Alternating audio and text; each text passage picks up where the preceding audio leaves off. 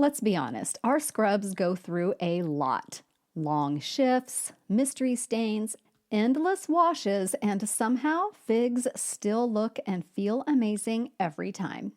Way back in nursing school, I remembered those boxy, scratchy scrubs that felt like wearing a paper bag. Figs has changed everything. They make scrubs for people who actually work in healthcare. They're antimicrobial, durable, and soft enough that you'll forget you're even wearing work clothes. And what I love most is how well they hold up. I can throw them in the wash over and over and they still look brand new.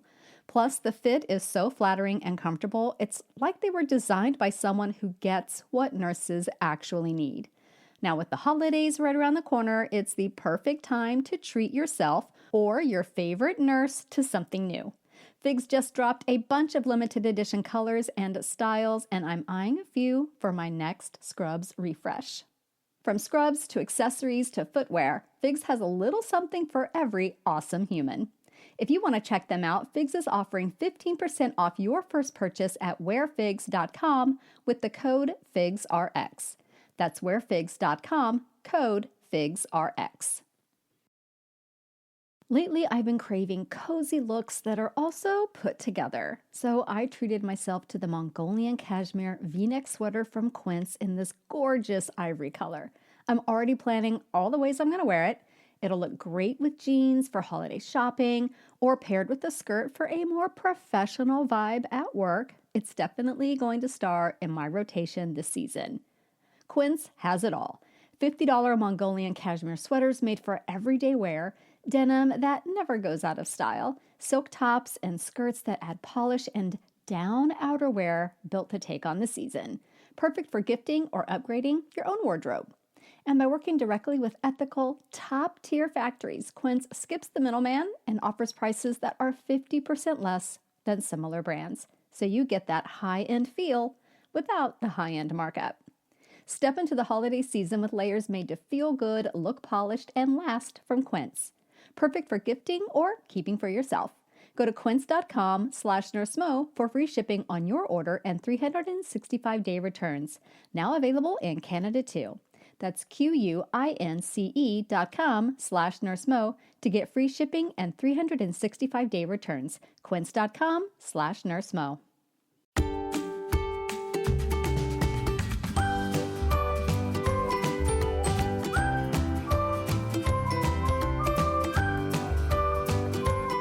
Well, hello there. I'm Nurse Mo, and this is the Straight A Nursing Podcast where I teach concepts and share tips so you can thrive in school and at the bedside.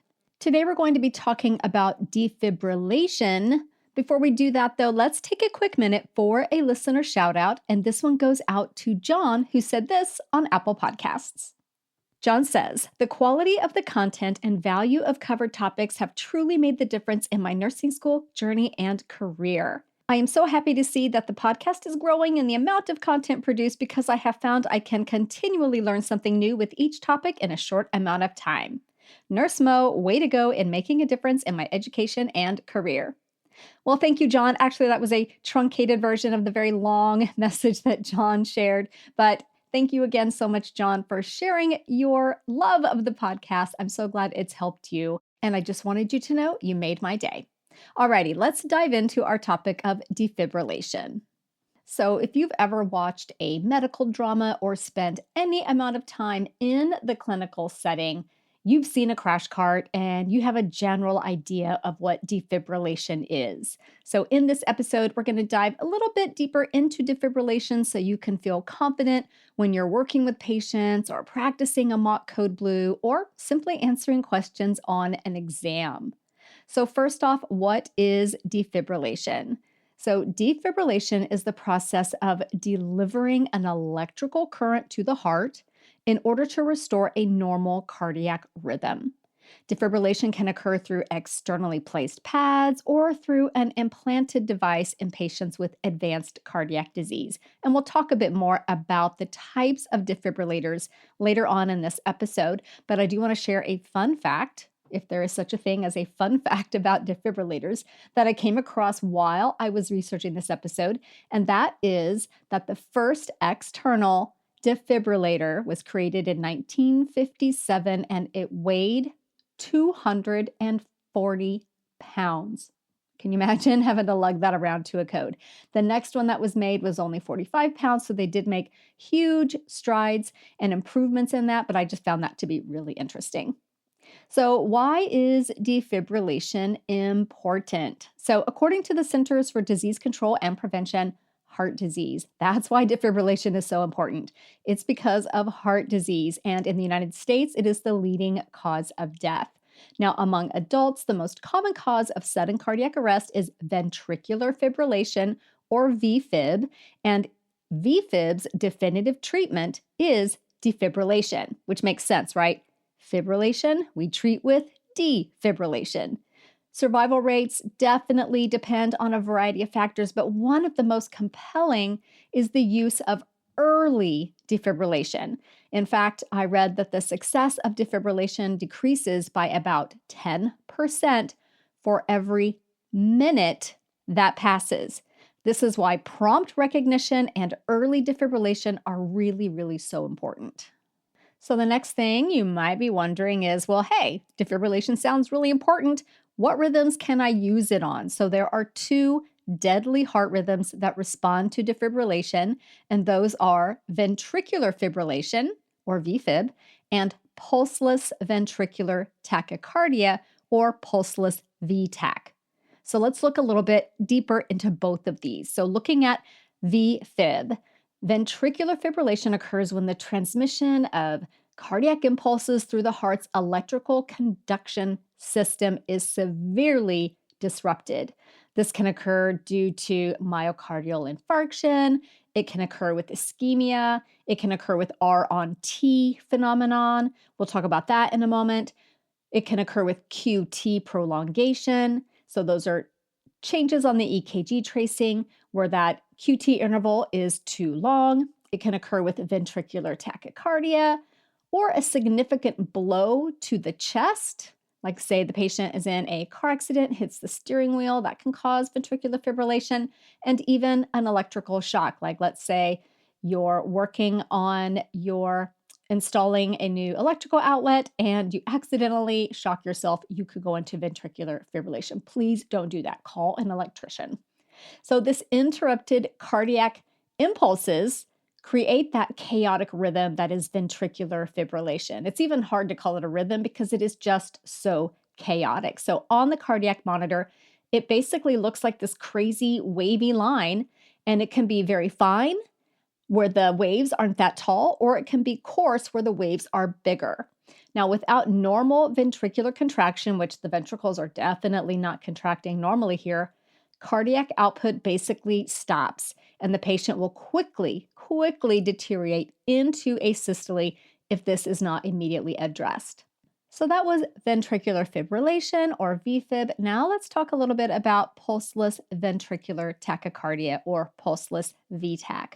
So in this rhythm, the contractions are fast, so tachycardia means fast, but they're also ineffective. And this leads to a significant drop in cardiac output to the point where the patient has no pulse. So in pulseless VTach, that rate's going to be over 100 beats per minute. That QRS is going to be wide because it's ventricular in origin. And when we say wide QRS, we're looking at greater than 0.12 seconds or 120 milliseconds. But one thing that you'll notice about this rhythm is that on the monitor, pulseless VTach looks like regular old VTach, which is why it is vital that you don't just go by the monitor, you also assess the patient. So what would you expect? Let's say you're just looking at the monitor and you see that your patient has a rhythm that looks like VTach. If it were pulseless VTach, what else might you notice? Let's say that they are getting a blood pressure measurement. Their blood pressure would be dropping drastically. Their SpO2 also drastically dropping. So you could see some other signs on the monitor. Ideally, you're looking at the patient, you're assessing, you're feeling for that pulse. Now, the most common cause of pulseless VTach is cardiac ischemia, which can be related to all kinds of things. And we did mention cardiac ischemia as a cause for VFib as well. So cardiac ischemia can be due to electrolyte imbalances.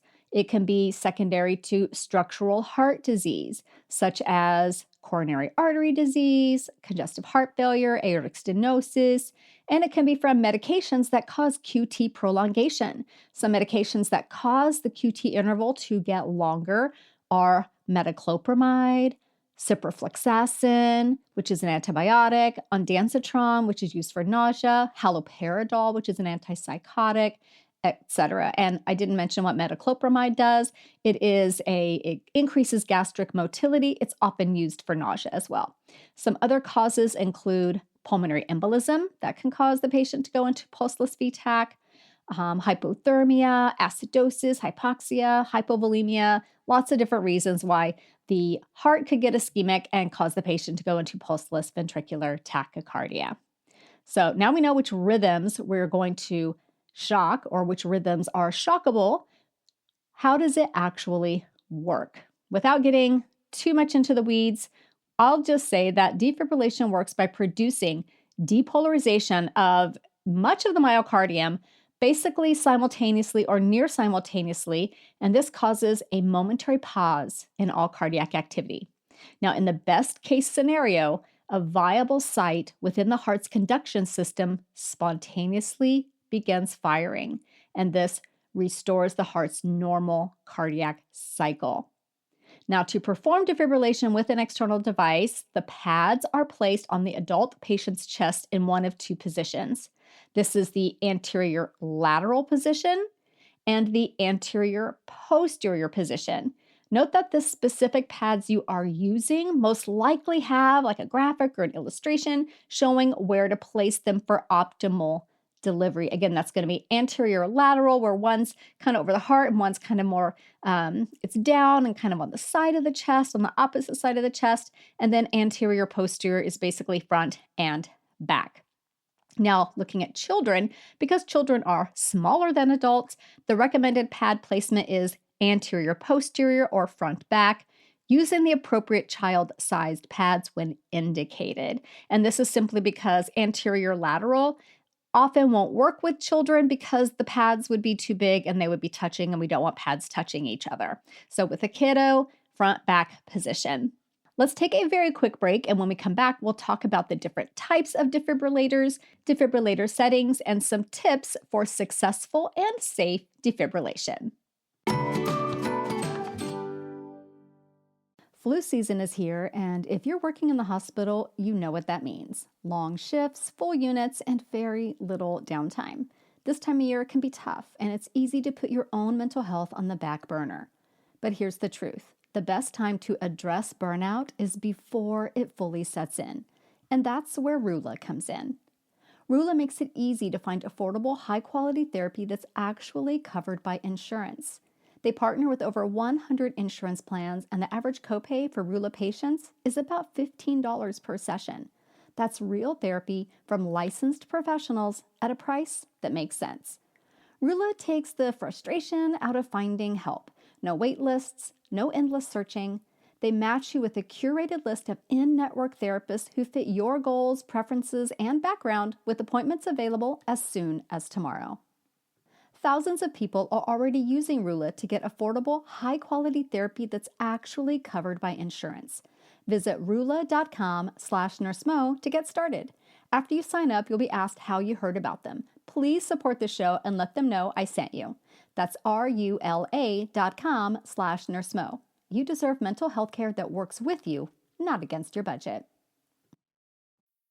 This episode is brought to you by RumChata, a delicious creamy blend of horchata with rum. It's best enjoyed over ice or in your coffee. RumChata, delivering vacation vibes any way or anywhere you drink it. Find out more at rumchata.com. Drink responsibly. Caribbean rum with real dairy cream, natural and artificial flavors. Alcohol 13.75% by volume, 27.5 proof. Copyright 2025, Agave Loco Brands, Pewaukee, Wisconsin. All rights reserved.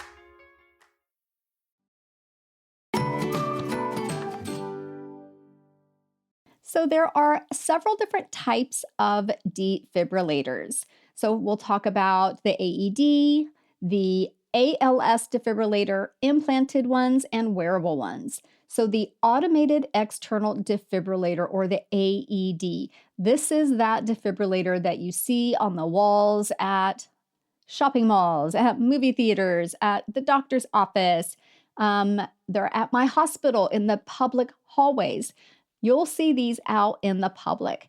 And basically, this is that easy to use device that people learn in BLS, and it is pretty foolproof as long as you follow the instructions. The device is going to tell the rescuer what to do. It interprets the cardiac rhythm and basically will do the shocking for the rescuer. The rescuer doesn't have to push any buttons. It does the shock. It tells them when to continue CPR. It tells them when to pause for a pulse. It's really, really great. So that is an AED. Next is the Advanced Life Support, or ALS defibrillator. This is that one that you'll see used by medical professionals. This is essentially what the paramedics are grabbing and running to the scene with. This is what you're seeing on your crash cart. Some popular brands are Zoll, which is what my facility uses, Philips, and Medtronic. There's probably others out there. Now, while this is considered a manual defibrillator, meaning the practitioner is choosing the settings, most, maybe all, brands actually can be used as an AED when placed in analyze mode. So again, they can be operated manually, choosing the joules level, choosing when to shock, or they can be placed in analyze mode, which makes them act more like an AED, where the machine will every 2 minutes look for a shockable rhythm. If it is shockable, will tell you that it is shockable. It will charge, and then you do have to push the shock button, at least on the ones that I'm familiar with. And then you resume CPR. It has a little countdown timer for 2 minutes, and then it's going to analyze the rhythm again. Another type is an implanted cardioverter defibrillator, or an ICD. So individuals at high risk for sudden cardiac arrest or a life-threatening arrhythmia may have an implanted device that automatically detects when a shock is needed and it delivers it. Now, notice it's called an implanted cardioverter defibrillator. It will defibrillate when defibrillation is needed. It will cardiovert when cardioversion is needed. We'll talk about cardioversion in another episode. Note that some ICDs also act as pacemakers. So a lot of times your patient will have a severe bradycardia and be at high risk. So they would have this device as a pacemaker, keeping their heart rate above 60 or whatever, and then the defibrillation option if that is needed.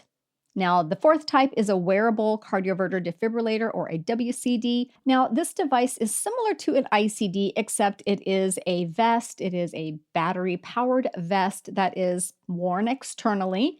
And wearable defibrillators are typically short-term use. I would say you're going to see this utilized maybe in a patient who is awaiting on the procedure to get their ICD implanted. So now let's talk a little bit about defibrillator settings. So the key defibrillator setting is the amount of joules that are delivered. And remember that joules is a unit of energy. So older defibrillators are monophasic, while current defibrillators are generally biphasic. And with a biphasic defibrillator, lower energy levels are utilized to achieve defibrillation. So, for example, let's say you've got a monophasic defibrillator and an adult patient. You're going to be using 360 joules to defib that patient. In contrast, a stepwise approach is utilized with a biphasic defibrillator. So again, with your adult patient, it's generally recommended to start with 120 to 200 joules and then increase each time in a stepwise manner if defibrillation is repeatedly needed until that max dose of 360 joules is reached. So if you can remember, monophasic, 360, and then biphasic, you're going to be doing a stepwise approach, basically starting with around 120 to 200 joules. Note that with an AED and with the advanced life support defibrillator in analyze mode, the joules are automatically selected. And with devices that utilize pediatric pads, it's going to notice that you're using pediatric pads and adjust the dose down for peds versus adults, and then it will go up in a stepwise manner if repeat defibs are needed. So now, before I go, I'm going to leave you with some tips for successful and safe defibrillation. So one thing you want to do is remove excessive chest hair. There should be a razor in your crash cart. You're going to quickly shave that chest hair off where you are placing the pads. If there is no razor, you can use a spare pad, push it down, rip as much hair off as you can, and then put the pad that you're using on there. Ideally, though, there's a razor and you can quickly shave. And you would just do this if the chest hair were excessive and were really going to impede the ability of that pad to adhere to the patient. And then if you can't get all the hair off, which you may not be able to, you're going to just make sure you're pressing down and getting as really good contact as you can. You also want to remove any metal jewelry that may come into contact with the electrode pads, like certain types of piercings. You might need to take those out. If the patient is wet or in water, you want to get them out of the water, or if they're laying in a puddle, get them away from the water and then dry the skin as best you can before placing the electrodes.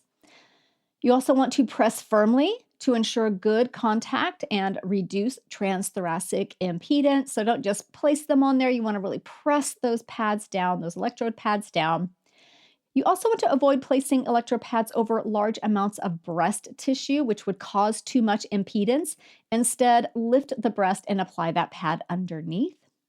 You want to avoid placing the pads on top of pacemakers or ICDs. Position them at least like 1 inch away from those devices, and you can feel those in the chest. When rescuing a child, I mentioned this earlier, but it bears repeating, ensure the pads are not overlapping, and you're not going to trim the pads to make them fit. Please don't do that. You also want to ensure oxygen is off and away from the patient's chest before pressing that shock button. If you do have oxygen flowing and you initiate a shock, you can cause a fire. We don't want to cause a fire, catch our patients on fire, anything like that. We also want to make sure our rescue teammates are clear of the patient and not touching the bed either prior to pressing that shock button. So that's when you hear people saying, "I'm clear, you're clear, we're all clear," and then pressing that shock button. Now, another thing to really be aware of before you press that shock button is to be absolutely 100% certain that you are defibrillating the appropriate rhythm. For example, defibrillating something like VTAC with a pulse could cause something called R on T phenomenon. And I mentioned this earlier. And what this is this is where the electrical impulse occurs during the refractory period, which is represented by that T wave.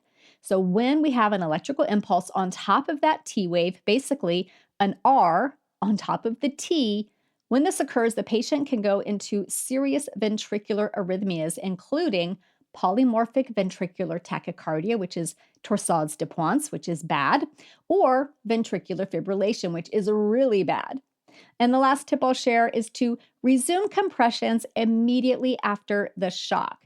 Do not pause to check for a pulse. Even if you see the monitor switch to normal sinus rhythm, you're not going to stop yet. Those first beats are not likely to be super strong. They're likely not to be perfusing well. So continue compressions. After 2 minutes, you'll do your pulse check. So remember, successful defibrillation isn't just about pushing that shock button. It's about doing it safely, very quickly. Remember, early defibrillation is key. For every minute that passes without defibrillation, we lose 10% of our survival rate. And you also want to do this effectively so your patient really does have that best chance of survival. So I hope that helped you understand defibrillation, and I will see you again soon. Bye for now. This podcast is brought to you by Straight A Nursing, a proud member of the Airwave Media Network. For more educational podcasts, check out airwavemedia.com. And for more nursing-related content, go to straightanursingstudent.com.